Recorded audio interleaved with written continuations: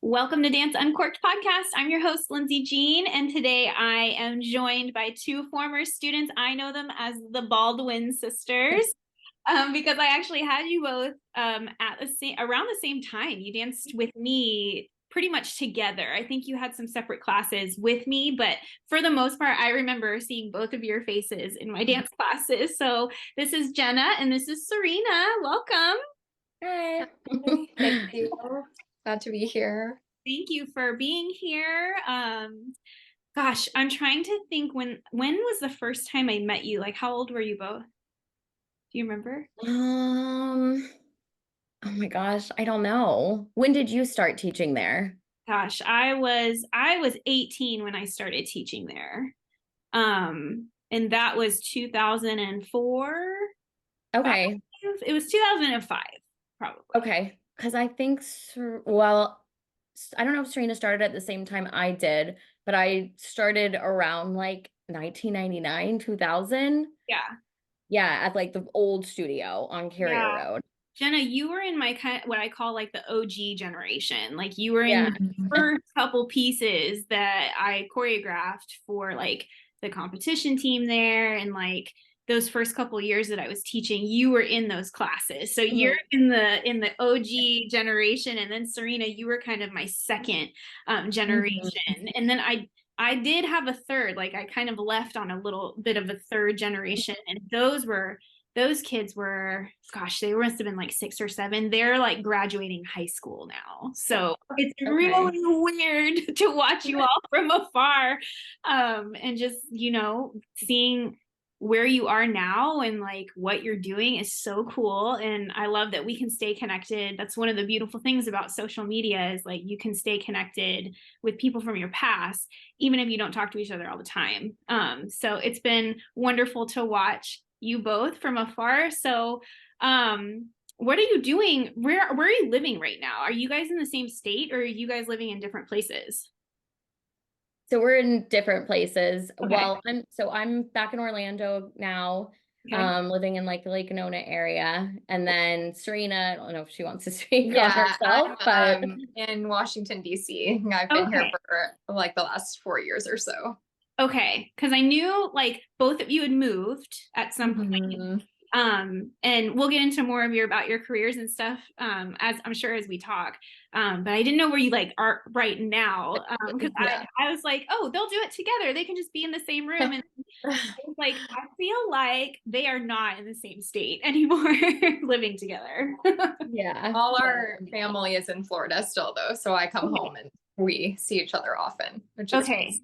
That's good. Yeah. My family is all still there. Husband's family is still there. So we try and get back there once every 2 years. We try. It's really hard when you're this far away. And even probably from Washington. Like it's hard to go from DC sometimes and just to get away from work and whatever you're doing. Yeah. And I'm sure Oregon was a big move for you too. It's like vastly different than Florida. Yeah. Well, and you both have been to Oregon, correct? Okay, cool. So you kind of like when I start talking about this stuff, you actually have like a knowing of what I'm saying as far as like the ecosystem or just the environment out here is a little bit different in the weather and that kind of plays into our wine that we're drinking today too. So speaking of wine, this was a fun game to try and pick one wine for 3 people living in 3 different states. And I think we did okay for what we could figure out. So we couldn't settle on a single wine, but we did settle on an Oregon Willamette Valley Pinot Noir. So everyone just hold up what you're drinking. I've got a Pinot Noir from the Woodburn area, and Jenna's got a Pinot Noir. Oh, and the A to Z. Nice. Okay, cool. Awesome. Great. Well, let's talk about Pinot Noir first. Since you both, I think you both have probably had Pinot Noir even before this episode when your visits out to Oregon and whatnot. But there's 9 AVAs in the Willamette Valley. And the Willamette Valley is kind of like this centerpiece of Oregon in between the coast, and then central Oregon. Oregon's a huge state, by the way, like it's massive.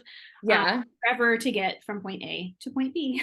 So, and it changes. It's like desert on the eastern half, and then it changes into like this green foresty thing before you hit the coast itself. So within that middle strip of the Willamette Valley, there's 9 AVAs, which means American Viticulture Area, which is a big fancy word for region. There's 9 of them, and in those 9 AVAs, there's different types of soil and wind and climate and temperature that kind of make up the nuances of like these wines that you are now finding from Oregon. Oregon is becoming a heavy hitter in the wine industry up against like Napa and a lot of the California wines.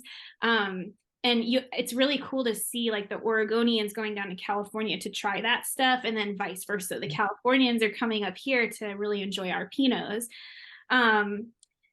A quality about Pinot, specifically from Oregon in particular, it's a lot of like berry forward flavors and earth. So like it's 2 very different things. You're going to get a lot of acidity, like medium to light acidity with this like real earth tone texture and also like flavor in your mouth. And that sounds disgusting, like you're not drinking dirt, but there is like this earthy quality in Pinot Noirs, specifically from Oregon. There are over 1,000 vineyards in Oregon at this time. Wild. Nuts and growing. Like it's crazy that it's booming here, and it's wonderful. And I would say that 60% of the production of wine in Oregon in total is Pinot Noir. So it's a very popular grape. Pinot Gris is a close second to that. So Pinot Gris, Pinot Noir, the Pinots kind of rule Oregon as far as growth and production. And it's a versatile grape. You can drink it alone like we are today, or you can, a lot of vineyards and winemakers out here do rosés out of Pinot Noirs.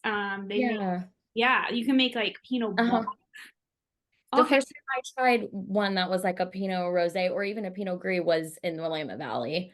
And I wasn't sure, I was kind of skeptical. I'm like, I don't know if this is going to be overwhelmingly sweet. And it wasn't. It was really crisp and I enjoyed it. Yeah, and it all depends on how long you leave the skins on and how long you leave it kind of like fermenting.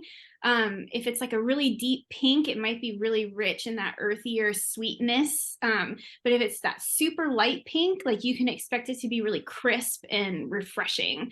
And a lot of people are starting to make sparkling rosés too out of their Pinot Noir rosés. So it's like, and this is the season, like it is a spring, like all of the pink colored wines are coming out right now, and a lot of them are foundationally from a Pinot Noir grape. So it's really cool as far as like the versatility of a Pinot Noir grape. And like I said, we should expect some fruit forward flavors and just a little bit of acidity. And I think year to year, and depending on those regions of where this grape is coming from, some are edgier than others. Like I've described Pinot Noirs as edgy if we had like a really cold winter, like a dump of like 8 inches of snow, like those Pinot Noirs tend to be edgy. And it's more like spice that I would say is kind of more on the flavor profile with the edgier Pinot Noirs. But then like beautiful hot summers are going to produce these like really like juicier, jammier Pinot Noirs. So I'm excited for all of us to kind of like figure out what ours is. Mine is from, I'm going to feature mine in particular, and just because it's a local vineyard and it's in Woodburn, it's actually a farm, and it's a tulip farm plus like over 100 other crops that this farm has, and they've planted a vineyard also as part of their farm. It's in Salem. I'm sorry, it's in Woodburn, Oregon. And I'm drinking the Estate 2016 Pinot Noir. So this is actually an older vintage, which I'm excited about because I don't know of many vineyards that have like 16s or 12s or 14s, the even number years. By the way, for some reason, I think tend to be the best. from Oregon. So if you see a 14, a 16, and 18, those even number years, I think our summers were just like superb that year, like on the even number years. I don't know why. It's just a trend that I feel like I've seen. Yeah. And experienced. This farm, it's the Iverson family farm, and they started growing hops and pole beans in 1950. So it's old, but like very young in comparison to maybe some farms like in the area that were planted before that, or even like I think about like European vineyards, like have been around for hundreds of years, right? And like survived wars. So that's the other thing about Oregon. Vineyards and farms is like they're relatively young. So we're producing young, like, and new vines too, like they're recently planted. So that's going to affect the taste of things as well. They grew to planting over 100 different crops, including a vineyard. And in 2009 was their first vines that they planted. So that meant they planted the vines in 2009, and by 2012 they were able to produce their first vintage because they had to let those little babies grow. And they have a tasting room at the Tulip Farm, and the Tulip Festival happens every year here in Oregon. Y'all should look it up, and I'll link it in the notes.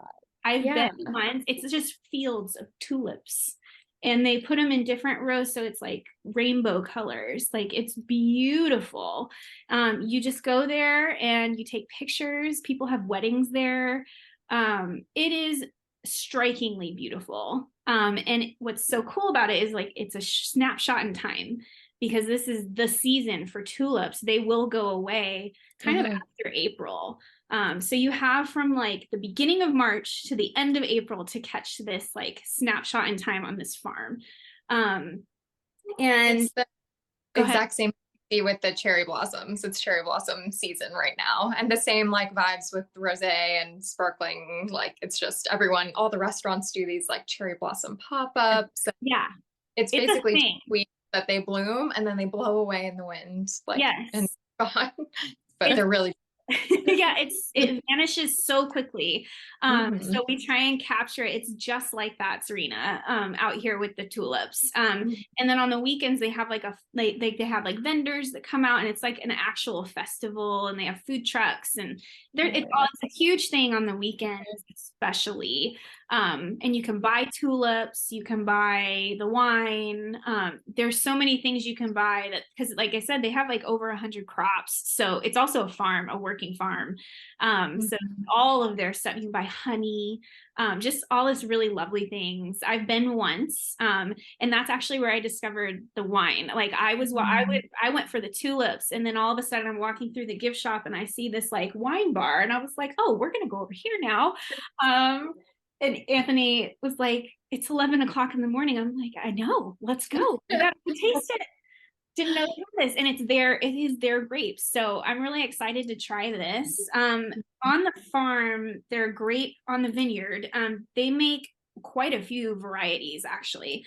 Albarino, Pinot Gris, they grow Moscato, Pinot Noir, Tempranillo, Marshall Foch, and that actually ends up turning into they ferment the Marshall Foch to make like a port style wine. So it ends up, you can make it both ways, and they make like a Marshall Foch like as it is. That's like a nice big red wine. Or if you ferment it longer and do some other things to it, it turns into this like sweet port red dessert wine. So they do a couple things with that.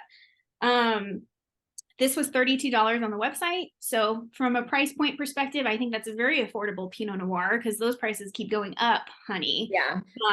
It's more expensive to make wine all around. So I get it.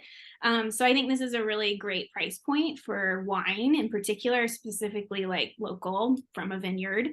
And I'm supposed to be tasting light-bodied and floral wine with hints of raspberry. So thinking about the things we talked about from the generic explanation of a Pinot Noir, let's all taste our Pinots and just kind of like figure out what we're tasting. Because I think I definitely think we'll taste different things, but we're going to taste some similarities too. So grab your glasses, ladies. Cheers. Cheers. Thanks for being here. Okay, let's see.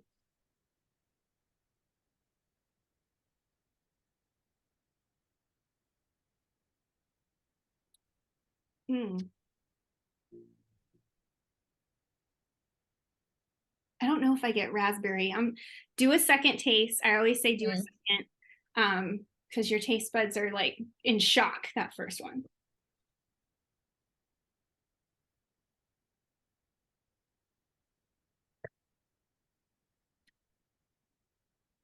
Yeah, mine's like a classic Pinot. That's Yeah, I would describe it. It's got a little bit of edge to it. Like there's a little bit of pepper to me. Like kind of almost at the end. But for the most part, I'm getting a lot of like acidity or like that kind of like tart. Like it makes a lot of people say like, you know, when you have A1 steak sauce and it kind of makes your like the back of your mouth water a little bit. That's kind of what the acidity in a Pinot does. I think a good Pinot. What do y'all think? Are you tasting anything specific? Mine was described, its profile as ripe red berries, vanilla, and spice. But much like yours, I'm not tasting like too much strong red berry, but more spice. Yeah. And it's like dry finish. Okay. Yeah, mine had a little bit of dryness too. I think it's a nice balance though. Like I'm getting that A1 steak sauce watery, but then it finishes dry. So it's not just jammy to the end. Yeah, mine, I feel like I do get a little bit of the earth flavor that you're describing, which I really like. Like I know it does sound weird to say something is kind of like soily or tastes like wet dirt, but I love that. So I feel like getting a little bit of that, maybe less acid than other Pinot Noirs that I've had. I really like a high acid wine. I just think they're like lovely and drinkable and fun. And also probably more dark fruit than raspberry vibes to me. Okay. I love that. Okay. Well, and I feel like this pairs really well with almost anything, right? Like you could have this with a charcuterie board, or you could have it with a steak. Like it just kind of depends on, I think it would fit in really well and complement everything without stealing the show. Because you have to be careful with some big reds. Like a lot of people like to pair big cabs and Malbecs with steaks and stuff. And I'm like, well, who's the star of the show? Like you need to pick, and I think if you find the right one, they complement each other and it just kind of like blends everything into one. But I think your Pinots are like a safe way of being good with whatever you're serving, or if you're hosting something, like this could also go with a piece of cake, in my opinion. Like I could do this next to like a birthday cake and call it a day. Yeah. And go ahead. Sorry, I like that Pinot Noirs are so versatile because like you mentioned, you don't have to worry about what you're pairing it with. And like I feel like because they're kind of lighter bodied and not like the bolder reds that you mentioned, I could still have it with fish or something like that. I don't know, they seem lighter and they don't seem to like weigh you down when you're drinking them, especially if you're wine tasting. And you can have more, I feel like. Yes. Awesome. Well, I'm very happy with our selections. So Jenna, you're now into the beer business. So you actually brewed a beer with it collaborated with somebody on a brew. And being in Oregon, like Oregon not only is big in wine, it's big in beer. And especially more central Oregon, you get to like Bend and like hopping with hops. So tell me about this beer that you crafted or helped craft. Yeah, so this is the beer, and it was a collaboration that I participated in with Beer Babes family, and the beer is called Babe Brew. So basically, the Beer Babes community is something that I got into through an Instagram account that I have. And it's two main women that run it, and they're just kind of like open to anybody participating and joining that wants to learn more about beer, share beer, and then they have kind of like a charitable foundation aspect to it. So all of the beer that they brew, like in conjunction with another brewery, the proceeds go back to Women in Beer so that they're able to make grants for them if they have their own brewery, if they want to get more of an education in beer. So that's what the proceeds go towards. And then there are several kind of like, I guess if you want to call them like beer influencers or beer Instagrammers nationwide, but specifically in Orlando, there's like a good core group of us. So we participated with 3 different Orlando breweries, and I took part in 2 of the brews that we released back in February, and this was one of them. That's amazing. Yeah. This one was brewed with Hourglass Brewing in Orlando, and it's a mimosa sour. Yeah, so it's actually made with white grapes and oranges. So we did a brunch release for this one, and it's really like light and delicious. So you had me yeah. at brunch. Like, okay, Yeah. done. That's amazing. Well, see, like I can't, like we came from Spotlight Dance Center to here. Like, what are we Yeah. doing? Well, thank you both for sharing that with me. Let's jump into some dance stuff. Okay, so we'll start with Jenna and then we'll go to Serena. Give me a 5-minute like overview of when, I know, right? Shove your whole life into 5 minutes. Give me a brief overview of, you know, when you started dance and what that kind of looked like as you got older, and then your trajectory of like what career you're landing in right now. Go, Jenna. So I'm pretty sure I started dancing maybe around the age of 3. My mom had always wanted to enroll both Serena and I into ballet classes from the beginning. And then from there, I realized, yes, I enjoyed ballet, but I think I was more of like a hip hop and jazz kind of girly. So ballet, you know, being like the core foundation, I had to take the classes, but my passions kind of lied, you know, everywhere else. And then growing up dancing at Spotlight, joining the dance company for pretty much my entire longevity there. I think I remember Miss Heidi. I don't know if you recall her. She was like one of my first dance teachers. Yes. I think she's on the West Coast too right now too. I totally lost touch with anything that she's doing, but I just remember her being like a Cuban firecracker and like whipped us into shape. Yes. Yeah. Fabulous. Truly. So then after leaving Spotlight, when I graduated high school, I went to college at UCF, which I think is also your alma mater, right? Yep. And my sophomore year, I joined the Starlit Knights dance team, which was the dance team a part of the marching Knights. So I got to perform at all of the football games in front of thousands of people, which was like a really cool experience. And then after college, 3 weeks after graduating, I became a flight attendant. And I am still currently classified as a flight attendant, but right now I'm a flight attendant instructor, which I've been doing for about 2.5 years now.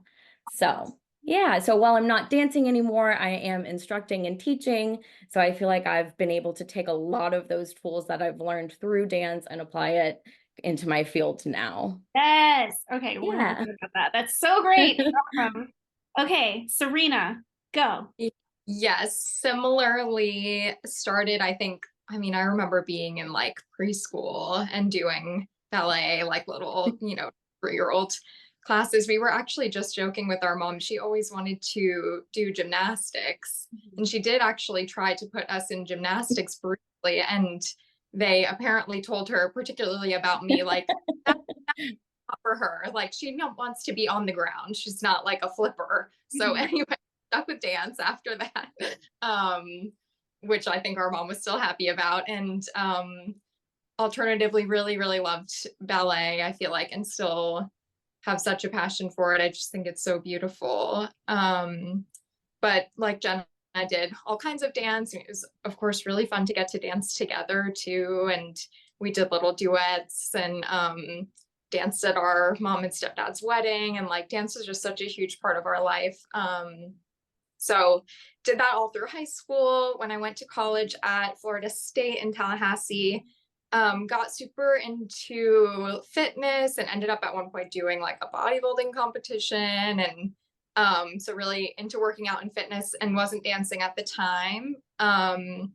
Then went to grad school in Boston, and kind of had a renewal of like, wow, I really miss dance and ballet in particular. So did take a few classes at the Boston Ballet School, just like adult classes there. And now I live in DC. I have taken some adult ballet classes since moving here in a tiny little studio in Capitol Hill, which is like lovely, and just like any adult who is coming to a ballet class is going because they just like really love it. So that's been great. And recently finished a yoga teacher training program, which has kind of just invigorated my passion for movement. And even was thinking a lot during training about like being there late on weeknights and feeling like, oh, this is like dance, and being in high school, like with all my friends on the floor and moving our bodies or whatever. So I had a little bit of like flashbacks from spotlight days during that time. But yeah, living and working in DC in the food and nutrition policy space, and still dancing and moving, and that's so great. I love that dance is kind of still permeated through what you're still doing. And even for you, Jenna, like even if you're not physically doing it, like there's ways you're tapping into it, which is what this kind of research that I've been interested in is like,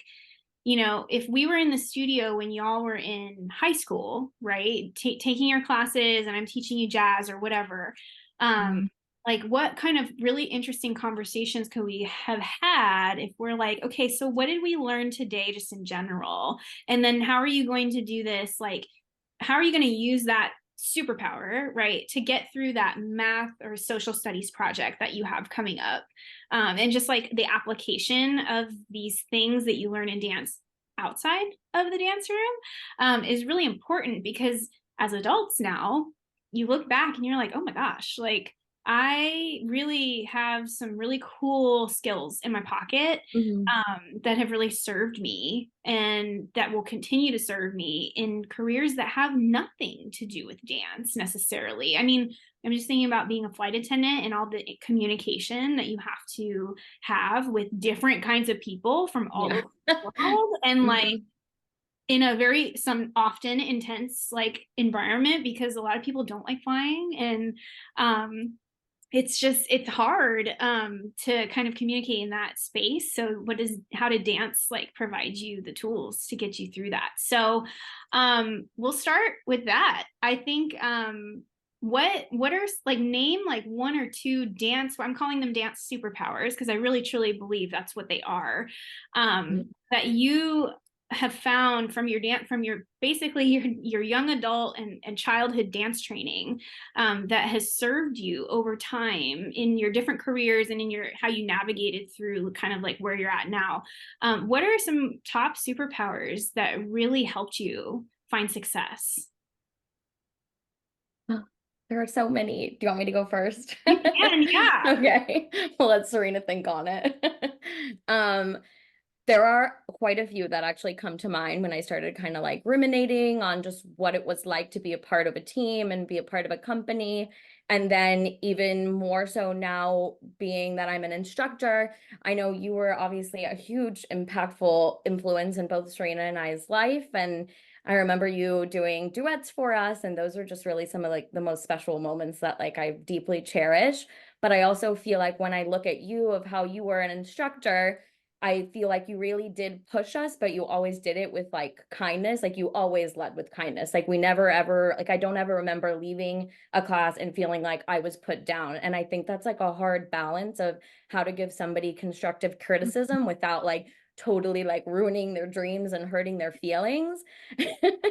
And you having a lot of patience, right? So I don't typically find myself to be a patient person in life, but now that I'm teaching flight attendants and it's all different people from different walks of life, different ages, like I've really had to hone in on how to be patient, how to deliver like good criticism without hurting someone's feeling, but still wanting them to like elevate and grasp the information.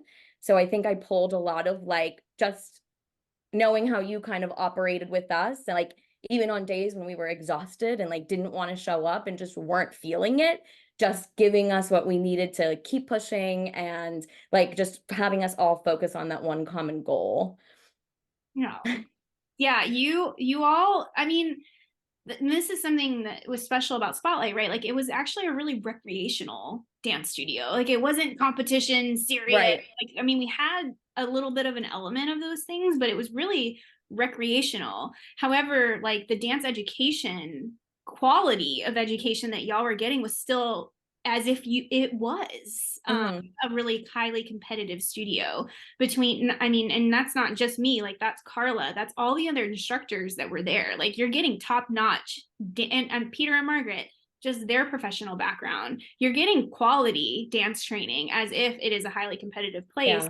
But it wasn't. And I knew it was hard sometimes because you all were involved in so many other things too. Yeah. You know, like I have this soccer practice and I do softball and I do this. And I'm like, oh, I need you to show up though for this hour. Like that's what I need you to do. And sometimes it's really hard to gauge that. And also like be understanding, like this isn't just about like me. You have to meet someone where they're at. And a lot of times like meeting teenagers where they're at is just as important as adults too, because you're involved in other things. Like this dance studio and my dance class is not the center of your world, you know, like it was a fun thing that you participated in. So yeah, like finding those nuances of like meeting you where you're at, and giving you what you need, and then asking you to give me what I need in that hour. And we have 60 minutes to do it. I think we can do it. So yeah, that was always a challenge, but I mean, that was the nature of the beast. It was awesome. Like you guys were very dedicated. So, even just for a recreational studio, it was awesome. Yeah. Yeah, I think I certainly appreciated, and it felt intentional that it was a collaborative over a competitive environment there. And I don't know if like you all in the leadership of the studio like thought about it that way or if it was just really natural, but definitely as I've talked to other people who dance, like I know that's not always the norm. So I'm super grateful that and also like inclusive and yeah, it was really just a wonderful place to have grown up dancing. So appreciative of that. I think I would take it in another direction of like a superpower that I have and have appreciated a lot more lately doing yoga teacher training. I think I didn't even realize how much of a skill it is to be so connected to your body through dance, like, and sort of able to process feelings through movement. And I think that's why a lot of dancers end up doing something in fitness or yoga or like something in which you're moving with other people, because you just like grew up doing it. And I think I didn't always like even make that connection until more recently, that it is like really just so helpful to be connected to, not only in like a physical activity way, but also kind of how you move through the world. And living in a city too, you have to have a good amount of spatial awareness, just, you know, when you're with a lot of other people. Some people really don't. Like, don't. It's terrible. Airport and like teaching whatever. That is definitely a superpower that I think I like kind of took for granted or just didn't really understand the power of until more recently, and that I'm so grateful for. And why I feel now like still so wanting to move in those ways and finding the things that make me feel really good. And dance was like, of course, one of those. And I think still as an adult, like just dancing with my friends, going to concerts, like going to a dance class, whatever, I know is something like wholeheartedly that brings me a ton of joy. And so I'm like glad to have found that at a young age and have it cultivated by teachers like you. So I love that too. And it's so true. And I think one of the superpower, like a sub superpower of that, what you were just talking about is like when someone doesn't have the spatial awareness, like your spatial awareness and like understanding of that, what that means, like you don't go into a panic mode. Like we were like, we had to learn very quickly, especially if we're doing partner work or whatnot, like you actually, those walls come down very quickly, because you can't do a lot of dance partner work without getting close to somebody. And like and I say this to like people all the time, and like my husband knows this about me too, like I'm actually very I'm okay with being really close to people. I know my spatial awareness, and I give people like what I think their comfort zone would be. But my comfort zone is actually like, if you stood right next to me, like I'd be like, okay, but I wouldn't necessarily back off, because like I'm okay with that. So I think that's like another sub superpower of like knowing your social surroundings and like being able to read a room and like proprioception and things like that. Like I feel like we can handle whatever is given to us in that space, that others might not. It might be really uncomfortable for them. Like we know how to kind of flip the dial in our minds and bodies to be like, you're okay and this is fine. And then you take the next step to whatever that is, whether it's you stepping away or asking them to step away, like, and having the confidence to do so, you know. Like it's so weird how I think dance has really taught us some specific sub superpowers. Okay, so tell me more superpowers that you all are thinking about that have really shown up for you over your life so far. Before we get back to superpowers, I brought something with me, which is very random, but also kind of like sentimental and cute. Our mom recently moved back from from Sarasota to Orlando. And so she always is like finding like childhood stuff. Yes. And she found my first Spotlight dance jacket. Aww. Oh my God, that's so tiny. I know, and obviously doesn't fit anymore, but it's so cute, and I feel like I'm just gonna keep it forever. Keep it forever. I still have all my old Spotlight t-shirts from the recital. And I have my old jacket, like my faculty instructor jacket, and it's in my closet. Like I'm gonna keep it forever. There's no way I'm getting rid of that stuff. So I love that you have that. Yeah, I know. And the original one is a vibe. That's like the best style. We should have stuck with that, like bomber, and the original logo is like fantastic too. Yeah, I feel like it's made a comeback. It has. Peter, Margaret, bring it back. Yeah. Definitely saving it for my future child. Yeah, that's so cute. Well, I feel like this one probably is like maybe a glaringly obvious one, but I wouldn't be anywhere without just dance in general giving me the confidence to just be open to trying new things, even if I'm going to fail, especially like in terms of auditioning.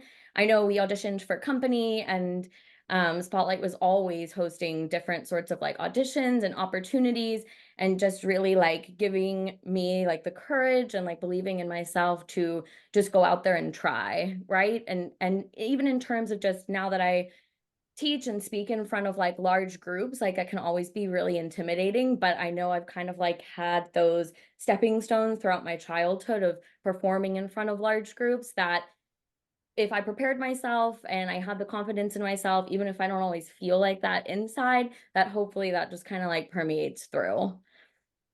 Absolutely. Yeah.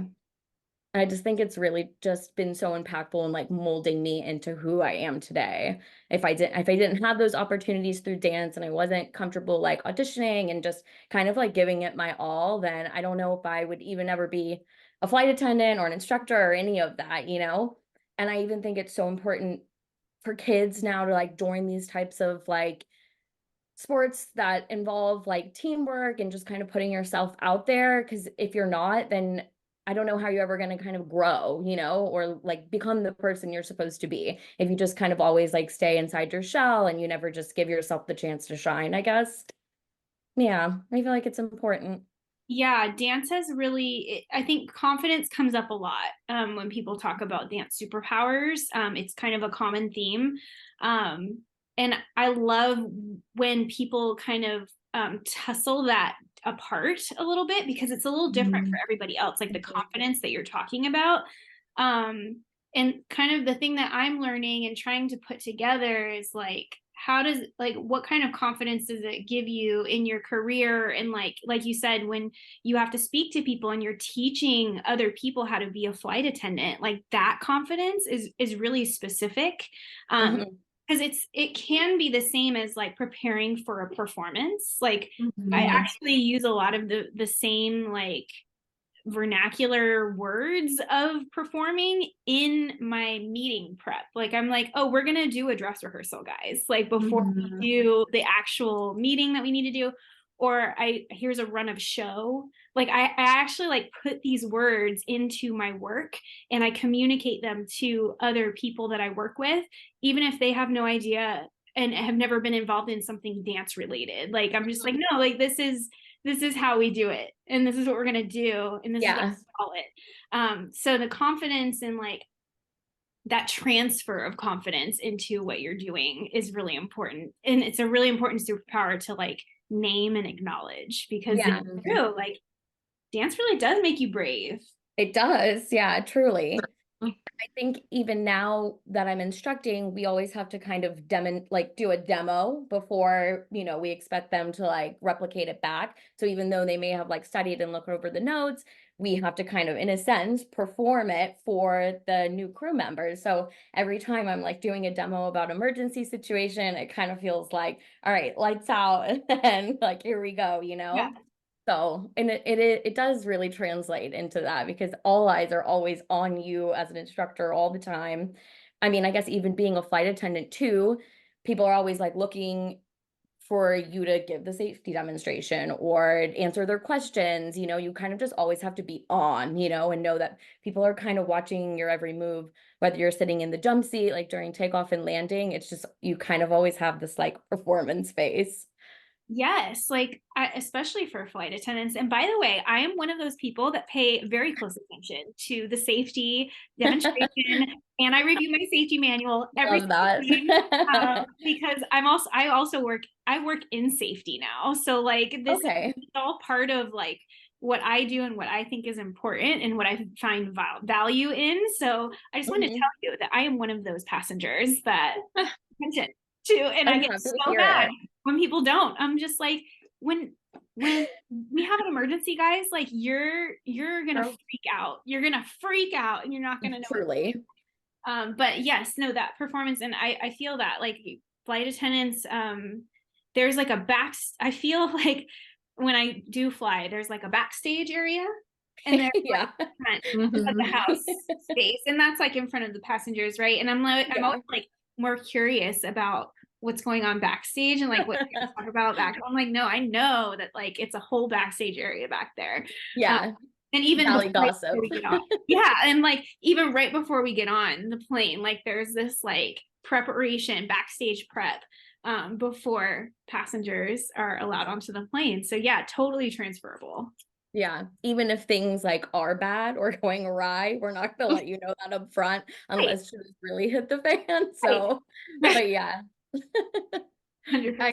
Like so much stuff came up when you guys are even talking, but to use the word you used to tussle out like how that confidence has developed for me, I see it almost as like a very strong level of self-trust that I like am prepared for something. Like with dance, you know, you practiced a ton, like you know you're supposed to be on the stage, and you know it so well that finally you are able to just like kind of let go. Like those are the performances where I feel like were like kind of magic, because we were so prepared, and like everything just, we were all just kind of moving together, and you didn't even have to think about it anymore. And I think in work, I feel similarly, like when I am really prepared, and in dance, like there are no slide notes, like you don't have your notebook in front, you know, you're out there, you just got to do it and like hope for the best. And so I think that level of self-trust has really served me in my career of just being like, I mean, I prepared the best I could do, and like, here I am just gonna go ahead and do my best.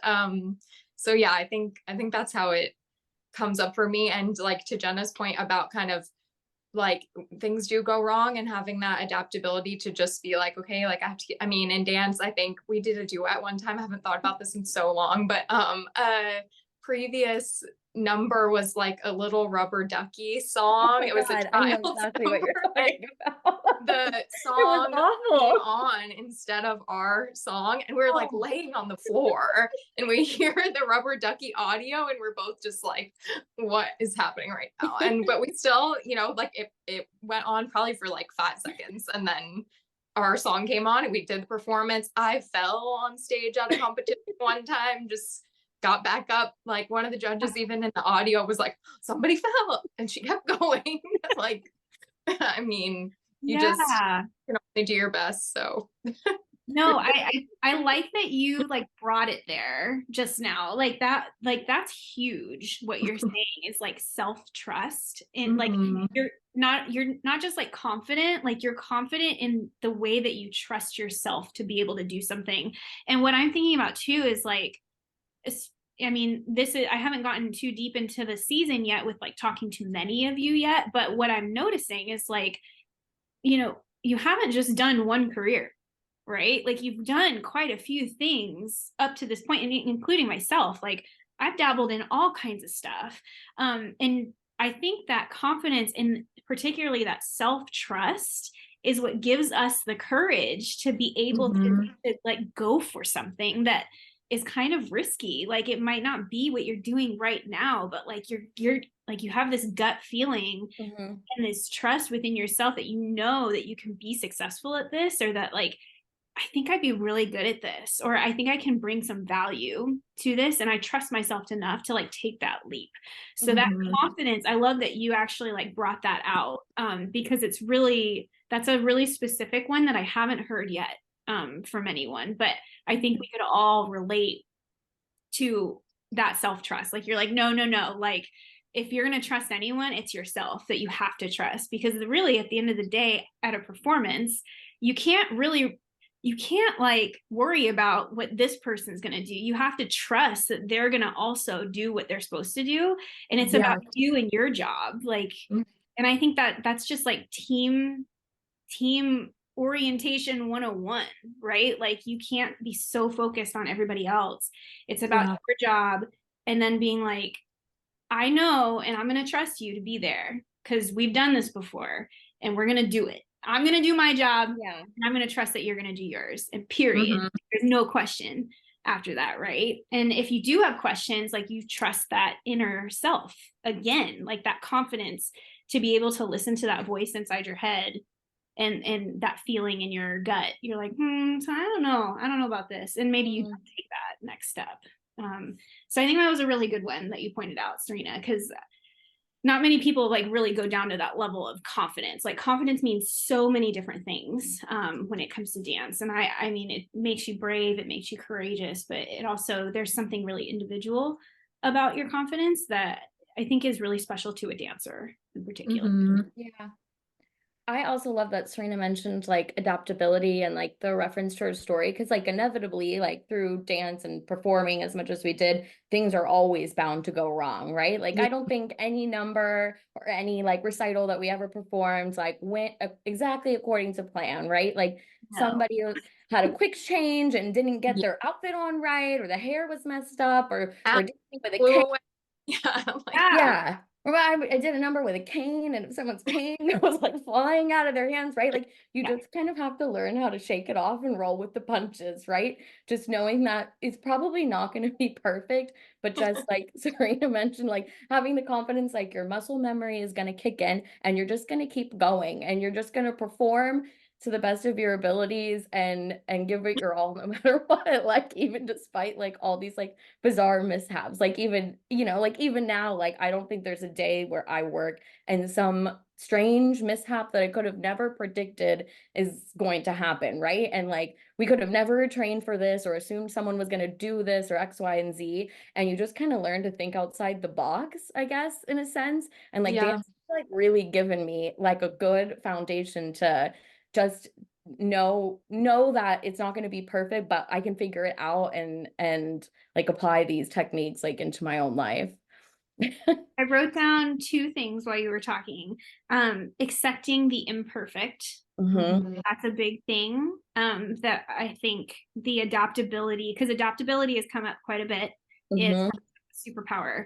But adapting in a way that accepts the imperfect. Like we have this really great ability to know that it will not be 100%, which is why I think we all still get nervous before going on stage. Like it's not going to be perfect.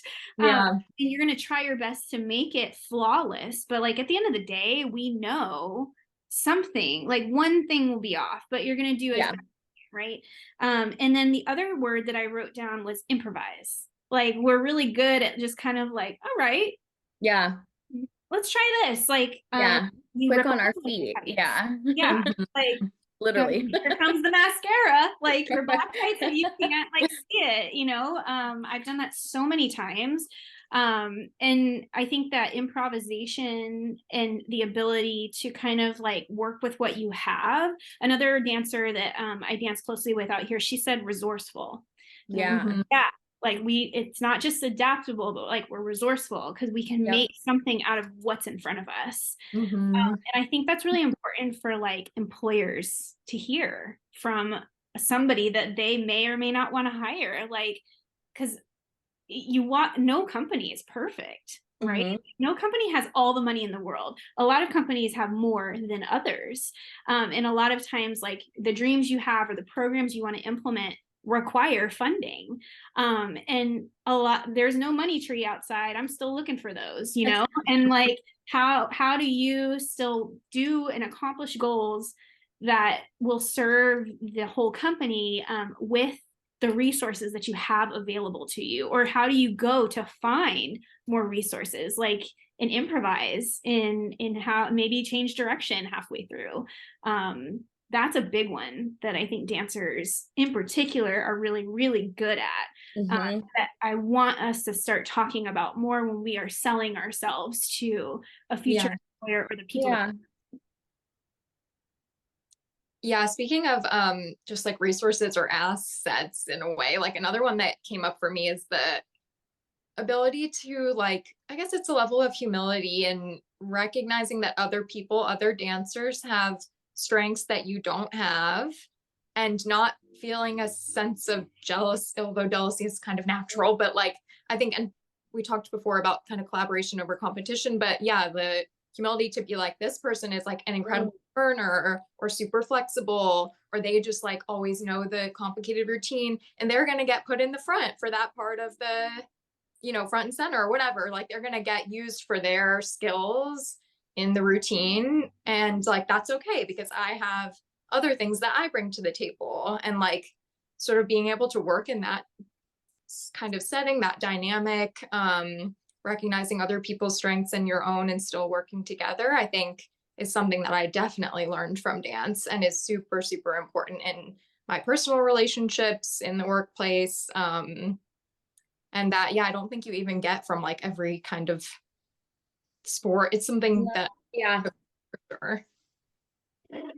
Like knowing, and I think knowing when to lead and to follow, knowing what the strengths are, and knowing, like, and I think it comes back around to like having the confidence to fail. I think Jenna said that too, like knowing that, you know, even though you may think that you're good at that, like the vision of the choreographer or the director might be completely different and might see someone else that is fitting that vision a little bit more, and knowing that that decision is not because they hate you. It's because like this just filling a vision. It's an artistic vision that they're having, so using the bodies in front of them, and the strengths that each of you bring to the table, because at the end of the day you all got hired because they wanted you there, and now it's about like the placement to make the vision a total reality. So yeah, like learning how to navigate through that is really a special quality of a dancer, because you're not always going to be in the front. You're not always otherwise they would have just got hired just you. Right. Yeah. Would it be solo? If you're in a big group piece, like, homie, you're going to be in the back at some point, you know? And if you're in my piece, like, you're going to be moving around the entire time. Like, always movement. I don't think we ever stopped doing like transitional changes. No, never. And for that's just how my brain works. But also too, like that in a way helps you be seen, right? Like you're not just stuck in one place, like you're constantly. And that's just the vision of the artistic vision that I always have. I just choreographed a competition piece for a local studio now, and I was just like, so something that you all don't know about me is that you have 8 counts or less to get to the next spot, like pretty much 90% of the time. You better hustle. Like you have 8 counts or less to get there, and I'm sorry, I'm not sorry, like that's the way it is. So they've learned that about me now at the studio that I teach at, and I think of you guys all the time. I'm like, oh, they just knew. Like they knew when I walked in, they're like, oh God, we're about to move. Okay, I don't know what we're doing, but we're gonna be moving around. Like you can always do that with me. So I think that's funny. It's been a fun experience. I love I mean, we've got so much here that you all have brought up. And a lot of it is things that have come up before, but what I really appreciate about you both is that you've taken it to a level that's very unique. One, for your experiences through dance.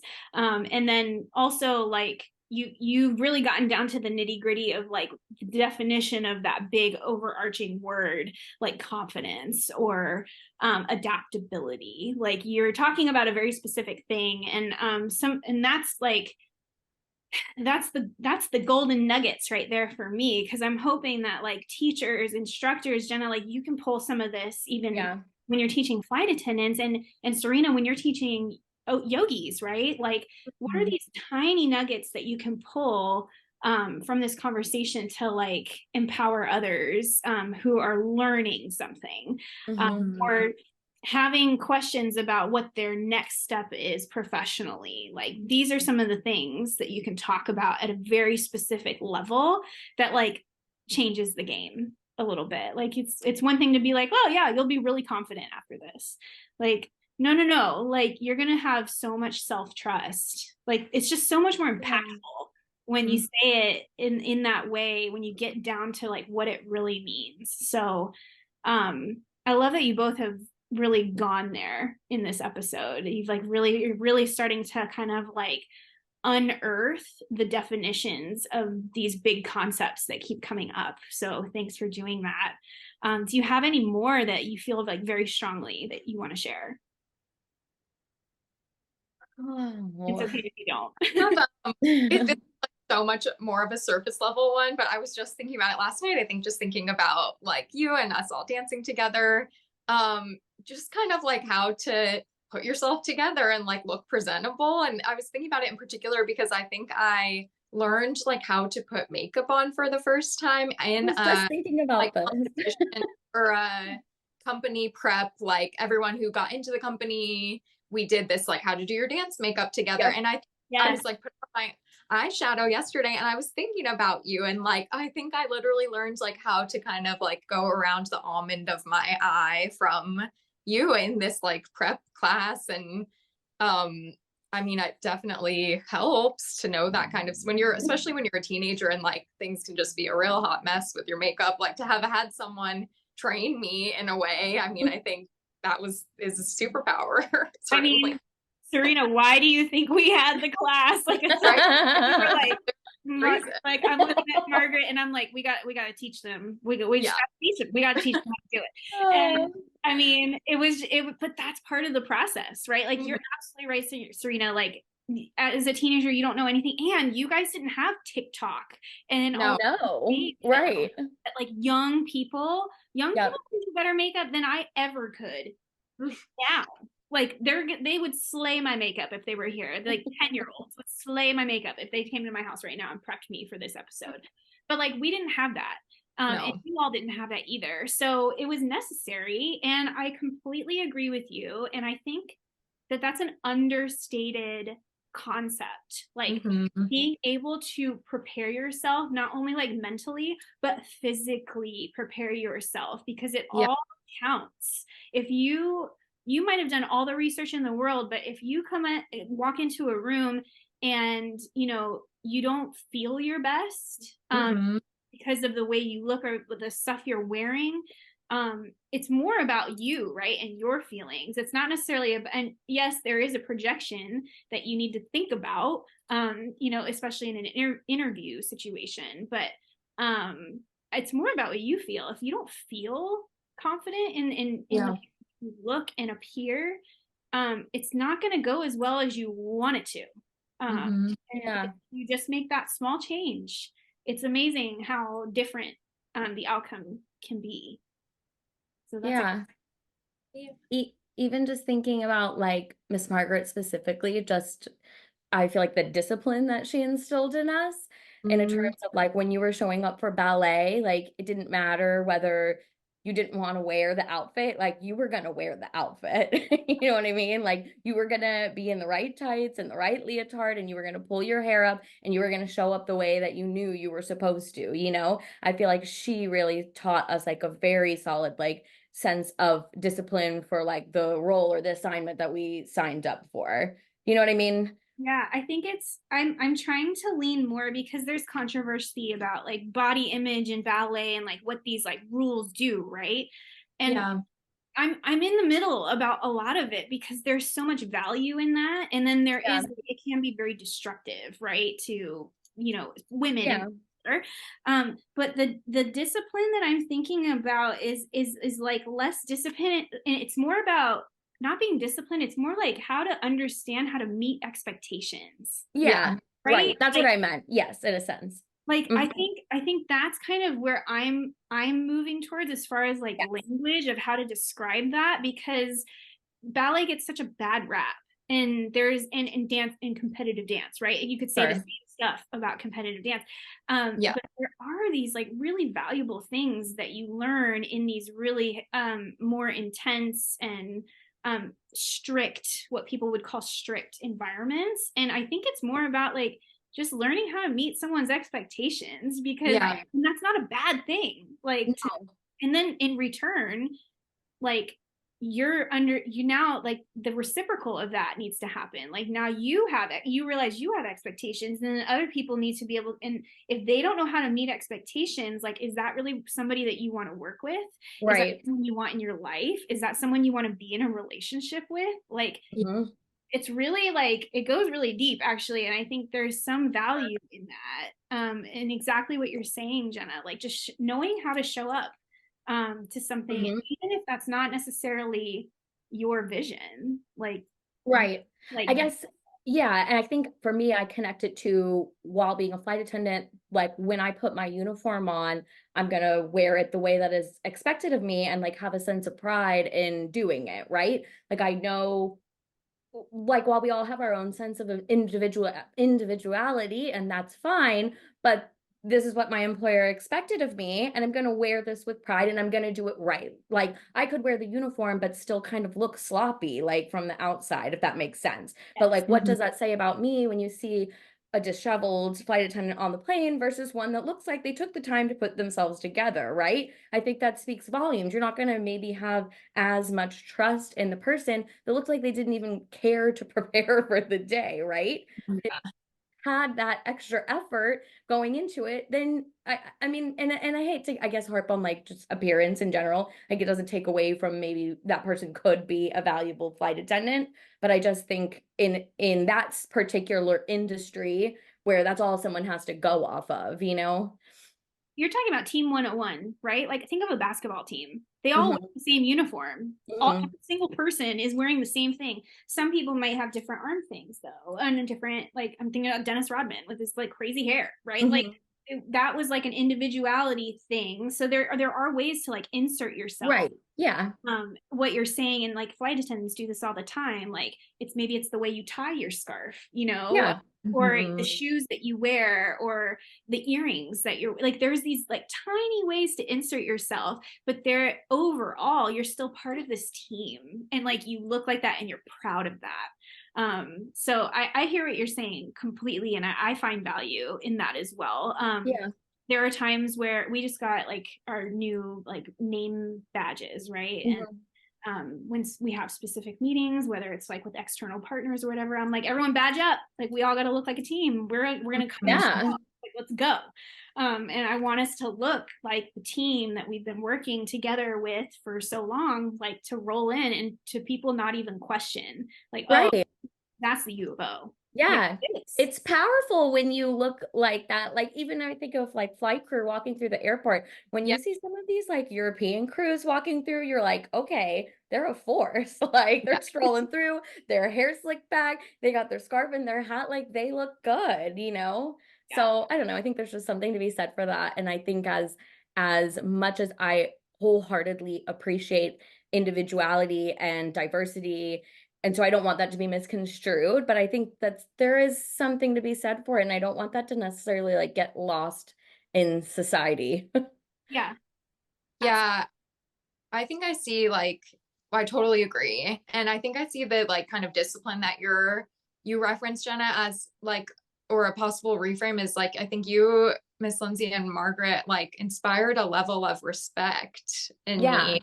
Yeah. Respect for my fellow dancers, for myself, and like how I showed up to class. And like, of course, for the teacher that didn't feel like I was going to be punished or something if I didn't do it. But I just like, yeah, really respected everyone who was there. And so that is kind of like how I think about it. And one thing that I feel like both of you said that really stuck with me is this idea that like, if you don't want to be in the class, I don't want you here either. Like, if you're going to come to the class with a bad attitude and like not be like respecting the kind the of craft and and that's so funny because there's all these conversations about norms now. It'd be so interesting to go back in time to like spotlight and talk about like, what are our studio norms? Like, it's kind of all these unsaid things. And yeah, like, you know, it's disrespectful to not abide by those. Right.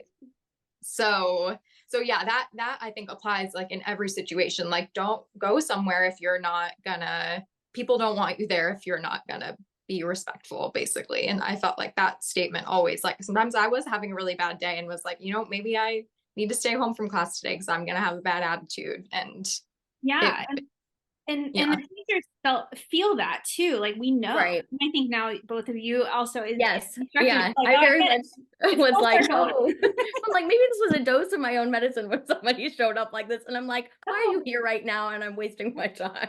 Yeah. But what I love about you two is that you two specifically would come and take my adult class. And like, you were allowed to do that because you knew how to flip switches. Like, you knew you had to be in a specific mindset to be in that class. And you knew that I also taught that class differently. Like, that was a different kind of thing. Like, everyone's on their own. Like, this isn't about me like nurturing anymore, you know? I mean, there was nurture just because that's part of like my education philosophy. Yeah, but it's who you are. yeah, it's who I am. But like, at the same time, we're all adults and everybody's there for a different reason. So I leave more space for that. Whereas like with students, young people under the age of 18, you have like goals of why you're there and like what you need to teach them before they can move on to the next thing. So what I appreciated about you two is that you had the understanding of that, in that respect, for both for yourselves, for the people around you, and for me and any other instructor there, to be able to like put yourself in that environment as children, like, because you weren't 18 yet, you were like 16 taking my Thursday night adult class because maybe you missed a class last week, or you're just like, no, I want to dance for another hour and a half tonight. Okay, like, hop in. And you did your thing in the back. You didn't like draw attention to yourselves. Like, you just took the class as a mature person. And I've always really appreciated that about both of you, because some students did that, but I specifically remember both of you kind of jumping on that train quite a bit. Like, you took the adult classes and you did it as teenagers, and the name is Skip a Beat. So I think I appreciated the challenge. Like, I knew like if there was something more, I need to like apply myself to go out and get it, right? If I stay stuck in the same comfort zone of doing what I am comfortable and I know already how to do, then how do I expect to excel or advance, right? So I think it kind of goes back to like stepping out of your comfort zone in order to reach the next level, you know? You just have to put yourself out there and do it. Absolutely. I love everything. I have a whole page full of stuff. Aww. But have just really fueled more conversation and more ideas. It's a great start to like a really exciting season. I love that you guys said you would do this, and I'm so proud of both of you. Like, I was proud of you then, I'm proud of you now. I think you all have turned into amazing women, very inspiring. And you know, I truly enjoy watching your success through Facebook and whatnot, and having this opportunity to talk to you both and just catch up a little bit. So thank you for being here and providing some really insightful reflection to your time at Spotlight. And like I told Danae, like, this is a love letter to Spotlight Dance Center. That's what this season is. Yeah. I really think it's not a single person. I think a lot of it, like the chunk of it is Peter and Margaret, like they are the core. So this is a love letter to them and Spotlight Dance Center and just everybody that made up this really beautiful environment that set the bar really high for, I think, all of us as far as what we expect from dance and how we want to experience dance and how others should experience dance. Yeah. So thank you for being here. And I loved our wine. That was really fun. Yes. Mine's almost finished. I know. But I just really appreciated the conversation here, and I will link all of the followings for some of the stuff we've talked about here in the show notes and on my website. And you know, I really hope everybody enjoyed this episode because I surely did. And it's a longer one, but I think you guys really uncovered some really important definitions and like really tussled out some things that need to be said. So cheers, and until next time. Thank you so much.